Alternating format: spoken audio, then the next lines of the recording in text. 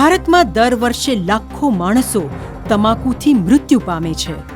20 વર્ષોમાં મૃત્યુદરની સંખ્યા અનેક ગણી થશે. તમાકુ જુદા જુદા સ્વરૂપે લેવાય છે.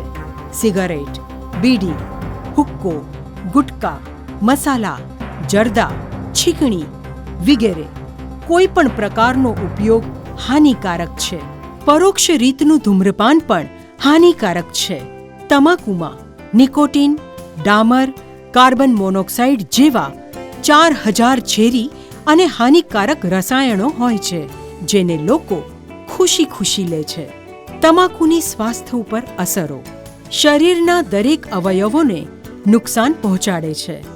મોં, ગળું, ફેફસા, લોહી, સ્વરપેટી, અન્નનળીનું અને બીજા ઘણા કેન્સર થાય. હૃદયરોગ થવાની સંભાવના વધે. હાઈ બ્લડ પ્રેશર થાય. ડાયાબિટીસના દર્દી માટે નુકસાન કરતા શ્વાસની બીમારી થાય. નપુંસકતા લાવે. આંખોને નુકસાન અને અંધાપો. ઘડપણ વહેલું આવે. કોઈ પણ વયે તમે તમાકુ છોડી શકો છો, છોડાવી શકો છો અને સ્વસ્થ રહી શકો છો.